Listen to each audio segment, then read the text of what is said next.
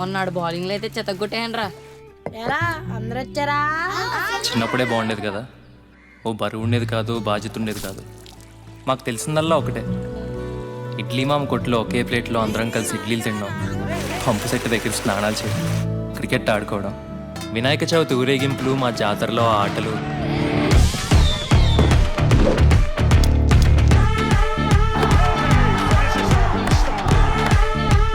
బజ్జీలు బజ్జీలు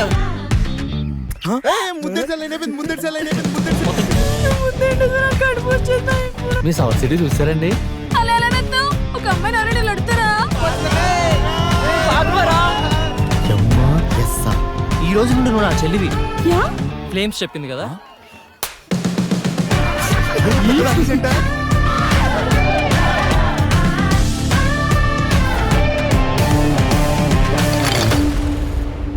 చిన్నప్పుడున్నంత సంతోషం 18 ఏళ్ళు దాటాక ఉండదు కదా.